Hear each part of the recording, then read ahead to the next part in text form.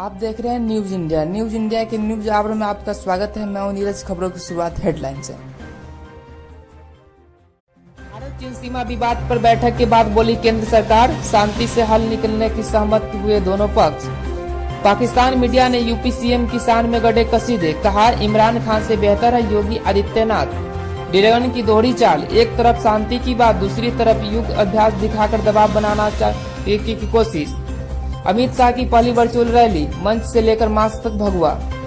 देर रात तक मोबाइल में खेलता रहा पबजी और सुबह किशोर ने कर ली खुदकुशी।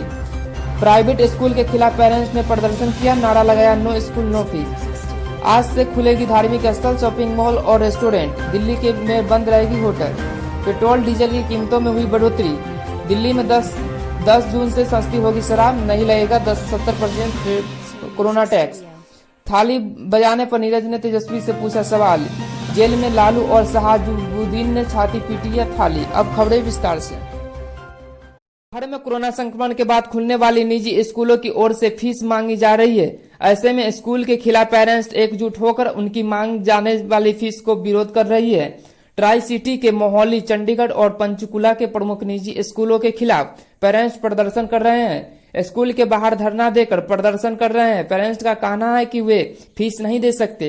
उनका कहना है कि कई सालों से अपने बच्चों को पढ़ा रहे हैं, कभी भी फीस में देरी नहीं की है। अब जब हालात खराब हो गए हैं तब भी स्कूल कोई राहत नहीं दे रहा है। गृह मंत्री अमित शाह ने के वर्चुअल रैली को पूरे बिहार में थाली, लोटा और कटोरा बजाकर प्रतिकार करने वाले राजद पर अब सूचना एक जनसंपर्क मंत्री नीरज कुमार के पलटवार किया। उन्होंने राजद से थाली पीटने पर तेजस्वी यादव से सवाल पूछते हुए कहा कि थाली पीटने वाले तेजस्वी यादव बताएं कि उनके पिता कैदी नंबर 3351 लालू यादव और तिहाई जेल की सेल नंबर 2 में शहाबुद्दीन जो यूनिटल माइग्रेस है, इन लोगों ने कहां थाली बजाई थी या लोग जेल में छाती पीट रहे थे।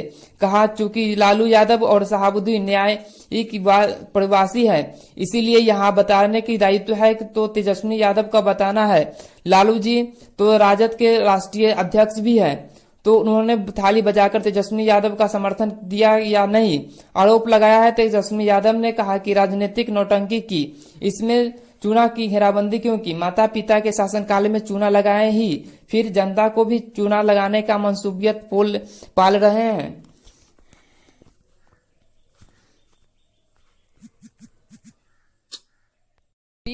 दिल्ली में 10 जून से शराब सस्ती हो जाएगी। दिल्ली सरकार 70% कोरोना सेस वापस ले रही है। दिल्ली सरकार ने फैसला किया है कि शराब पर 5% ही वैट लगेगा। अब तक महज 20% का वैट लगता था। दिल्ली में बढ़ते कोरोना संक्रमण के बीच शराब में दुकानों में खोली जाने का निर्णय लिया गया। इस दौरान शराब की दुकान पर हजारों की भीड़ उमड़ती थी। इसके लिए इसे 70% दामों में बढ़ोतरी कर दिया गया था। दरअसल लॉकडाउन 3 के दौरान दिल्ली के शराब बिक्री शुरू हो गई है। 4 मई को शराब की दुकान पर भारी भीड़ पर सोशल डिस्टेंसिंग का खूब धज्जियां उड़ाई गई। इसी लिए पुलिस को लाठी चार्ज भी करना पड़ा।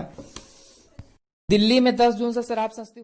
पेट्रोल और डीजल की कीमतों में रविवार को 60 पैसे प्रति लीटर तक की बढ़ोतरी की गई है। इसके साथ ही सरकार तेल कंपनियों के ईंधन की कीमत में किए जाने वाले रोजाना बदलाव के द्वारा शुरू कर दिया गया है। सरकार कंपनियों की ओर से जारी अधिसूचना के बाद दिल्ली की कीमत 71 रुपया 26 रुपए से बढ़ाकर 71 रुपया 86 रुपए प्रति लीटर कर दी गई है। इसी तरह डीजल की कीमत 59 रुपया 39 रुपए से बढ़कर 59 रुपया 99 पैसे कर दिया गया है। एक अधिकारी ने कहा है कि पेट्रोल डीजल की कीमत में दैनिक बदलाव की प्रक्रिया दोबारा से शुरू की गई है। पूर्व लद्दाख भारत चीन सीमा पर जारी तनाव को लेकर दोनों देशों के बीच लेफ्टिनेंट जनरल स्तर की बातचीत के बाद भारतीय विदेश मंत्रालय ने रविवार को बयान जारी किया कि सरकार ने कहा कि सीमावर्ती क्षेत्रों में स्थिति का हल निकालने और शांति सुनिश्चित कराने के लिए दोनों देशों के सैन्य कूटनीतियों तौर पर जुड़े रहेंगे। चुशुल मोल्डे क्षेत्रों में शनिवार को हुई बैठक पर विदेश मंत्रालय ने कहा दोनों पक्ष सीमावर्ती क्षेत्रों में शांतिपूर्वक हल निकालने के लिए सहमत हुए हैं। यह फैसला विभिन्न पक्षीय समझौता और नेताओं के बीच हुई है समझौता को ध्यान में रखते हुए लिया गया है और भारत चीन की सीमा क्षेत्र शांति द्विपक्षीय समझौता के समग्र विकास के लिए आवश्यक होगा। चीन की सीमा अंतर्गत मोल्डे चुशुल में हुई बातचीत करीब 5.5 घंटा चली। सूत्रों के बताया जा रहा है कि इसके मुताबिक दोनों देशों ने अपने अपने बातों को एक दूसरे के सामने रखा। सूत्रों के मुताबिक बात सकारात्मक माहौल पर खत्म हुई। इसके आगे बातचीत का रास्ता खुला हुआ है। पूर्व लद्दाख भारत चीन पर फिर चीन वही कर रहा है जिसके लिए कुख्यात है। ड्रैगन एक मुंह से शांति की बात कर रहा है तो दूसरी तरफ युद्ध का फुफकार छोड़कर दबाव बनाने की कोशिश कर रहा है। लद्दाख में भारतीय सेना के तानातानी के बीच चीन की पीपल्स लिबरेशन आर्मी पीपीए ने एक युद्ध अभ्यास का दावा किया है। सीमा विवाद को लेकर बातचीत के बीच चीन की सेना ऊंचाई वाले क्षेत्रों में युद्ध अभ्यास की तैयारी रख रही है। चीन की सरकारी मीडिया इस युद्ध अभ्यास की तस्वीरें और वीडियो जारी करके प्रोपेगेंडा फैला रही है और सेना की शक्ति का प्रदर्शन कर रही है।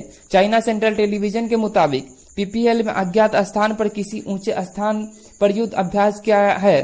सैनिक और सारे सामानों के साथ देश के ऊंचाई वाले पश्चिम भाग में स्थित दुबई प्रांत से मूव किया गया है। इसके चीन संदेश देना चाहता है कि वह लद्दाख जैसे ऊंचे युद्ध क्षेत्रों के लिए तैयार खड़ा है। पर फिर चीन वही कोरोना महामारी के बढ़ते संक्रमण से निपटने को लेकर यूपी सीएम योगी आदित्यनाथ के काम की हर ओर तारीफ हो रही है। देश और दुनिया की नहीं बल्कि भारत के सबसे बड़ा दुश्मन देश पाकिस्तान सीएम योगी का शान की कसीदे गढ़ रहे हैं। पाक के चर्चित अखबार द डॉन के संपादक फरहान हुसैन कोरोना के दौरान सीएम योगी की ओर से उठाए गए कदमों की तारीफ करते हुए उनके मुरीद हो गए हैं। उन्होंने ट्वीट पर यूपी के आदित्यनाथ और पाकिस्तान के इमरान खान सरकार की कार्यों की तुलना की है। इस दौरान उन्होंने योगी नेतृत्व का इमरान से बेहतर बताया है। अपने ट्वीट की फरहान से लिखा है कि उत्तर प्रदेश की जनसंख्या पाकिस्तान से कहीं ज्यादा है।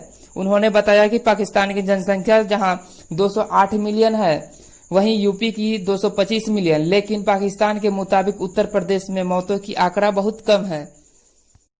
केंद्र सरकार द्वारा अनलॉक 1 के तहत की दी गई छूट के मुताबिक सोमवार यानी कि आज देश के धार्मिक स्थल, शॉपिंग मॉल, होटल, रेस्टोरेंट आदि खोले जाएगी। इसके तहत सोशल डिस्टेंसिंग और संक्रमण से बचने के लिए साफ सफाई तय मानकों के मुताबिक राज्यों में तैयारी की गई है। केंद्रीय स्वास्थ्य मंत्रालय के धार्मिक स्थल, रेस्टोरेंट, होटल और मॉल के लिए एसओपी जारी कर दी गई है ताकि लोग कोरोना से बचने के लिए आवश्यक उपाय कर सके। गौरतलब है कि 3 चरणों में लॉकडाउन की पूरी तरह खोलने की योजना बनाई गई है।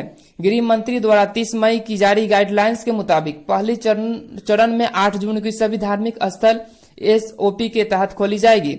मंदिर, मस्जिद, गुरुद्वारा, चर्च आदि धार्मिक स्थल लॉकडाउन के चलते अभी तक बंद थी, जो आज खोली जाएगी। ब्लॉक 1 में भारतीय जनता पार्टी की वर्चुअल रैली की शुरुआत कर दी गई है। रविवार को केंद्रीय गृह मंत्री और भारतीय जनता पार्टी के पूर्व अध्यक्ष अमित शाह ने पहली वर्चुअल रैली बिहार जनसंवाद को संबोधित किया। इस वर्चुअल रैली में मंच से बैकग्राउंड से लेकर मास्क तक भगवा रंग में नजर आए। अपने संबोधन के दौरान शाह मास्क में दिखे, वही मंच का बैकग्राउंड भी भगवा रंग का तैयार किया गया था। पार्टी के मुताबिक पहली वर्चुअल रैली सोशल मीडिया पर रिकॉर्ड स्पेस मिला। फेसबुक पर जहां बिहार में जनसंवाद वर्चुअल रैली को 14 लाख लोगों ने देखा, वही यूट्यूब पर इसे 1.14 लाख व्यू मिले। ट्विटर पर इसे 66,000 से अधिक लोगों ने देखा। ब्लॉक 1 में राजस्थान के कोटा शहर में 14 वर्षीय किशोर ने फांसी लगाकर खुदकुशी कर ली। जांच में सामने आया कि फांसी लगाने से पहले किशोर अपने मोबाइल में पबजी गेम खेल रहा था। पुलिस ने शव को अपने कब्जे में लेकर पोस्टमार्टम के लिए भेज दिया गया। वहीं रेलवे कॉलोनी पुलिस ने इस घटना की एफआईआर दर्ज कर अपनी जांच शुरू कर दी। रेलवे कॉलोनी थाना प्रभारी हंसराज मीना ने बताया कि खुदकुशी करने वाला 14 वर्षीय किशोर 9वीं कक्षा का छात्र था। मृतक किशोर के पिता सेना में कार्यरत है। तमिलनाडु मूल की यह परिवार कोटा के गांधीनगर इलाके में रह रहा था। हंसराज मीना ने बताया कि शनिवार सुबह किशोर ने बेडरूम में लगे रोशनदान के जंगले में फंदा बांधकर खुद को फांसी में लगा ली। आज की खबर में बस इतना ही। बने रहिए आपके अपने चैनल न्यूज इंडिया पर। धन्यवाद।